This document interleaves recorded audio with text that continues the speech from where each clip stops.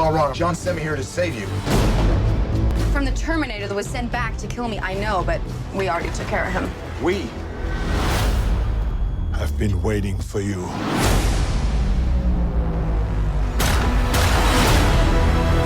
The time John sent you to, it no longer exists.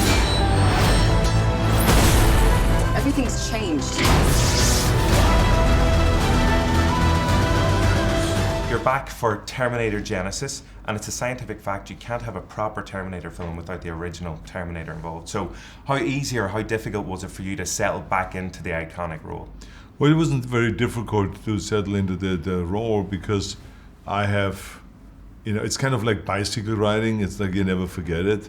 And I think that I've spent so much time playing that character now, 3 movies, that it was easy to kind of slip into it. The key thing was more to have really a great script. And I made it clear to them that I would only do it if there's really a good story, a good script, and it doesn't kind of like rely on all the other Terminator successes. And they really pulled it off. They gave me a fantastic script. There were some really great and unusual scenes in there, some really great twists, and a great emotional kind of a roller coaster ride. And so I really loved it, and especially the big battle scene with me against myself was really extraordinary. And so the movie turned out well. The director, Alan Taylor, did a really terrific job. And it was fun to play the character again. Yeah, it's got to be a bit surreal, sort of trying to beat the crap out of yourself, or you let out some issues maybe as well. Well, it was funny because they hired this bodybuilder who had a kind of similar body that I had in 1984, and so we were kind of like really having this big battle. For 4 days we were doing this fight scene, crashing into things, destroying everything around us. Because it's like interesting, when you film something like this, you have to think about that's 2,000-pound machines. So it's not kind of a UFC fight, where you see people. But here, when you crash into a wall or something, the wall goes. The car, if you crash into a car, the car totally collapses and wipes out because there's this enormous amount of weight and momentum, therefore. So that always had to be kept in mind when we did the fight scene. And Terminator Genesis, it deals with the issue of the whole world being connected through the internet and then Skynet coming to wipe us all out. I knew the internet was a bad idea.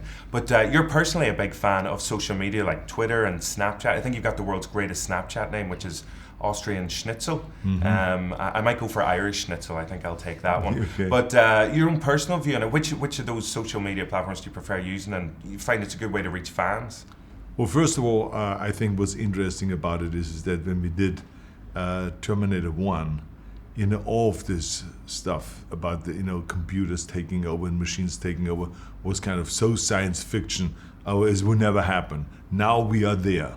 Now all of the stuff that we have shown in Terminator has in fact happened. The only thing that has not happened is that the machines have not become self-aware. So that is really the amazing thing when you see from Terminator 1 to shooting Terminator 5 now, or Genesis, whatever they call it. I mean, that is really a tremendous kind of a change there. But when it comes to social media, I use all the different ones. I think like Snapchat is a good one because I can do a little bit of commentary with that, and it's as easy as shooting a selfie somewhere, just hoard it. We can stop Judgment Day from happening. Run! Where is he?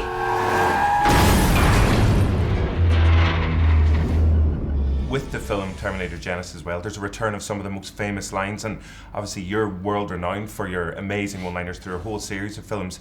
Do you ever get does it make you cringe whenever you sort of hear people attempting your accent, or do you have any personal favorites or ones, don't say that one, or how do you react? Do you see it as a badge of honor? I think it's great when people try to imitate my voice or my accent or my speech pattern or anything like this. There's many people that do that, and there's comedians that make a career out of it. There's people that are doing speeches pretending like they're Arnold, the whole speech. And it's fantastic, it's really entertaining, it's funny, and you laugh your head off. There's people who do like Howard Stern. We have a famous host in America who is continuously on Arnold on the show, but I'm not on it. It's just someone pretending to be me and saying all kinds of ridiculous things. So I think it's funny. Kindergarten Cop is my favourite. It's not a tumor. Every time I have a headache, that's my go-to line. Well, Arnold, it's been an absolute pleasure. Thanks for chatting to us today. Thank you, absolutely. Thank you. Thank you.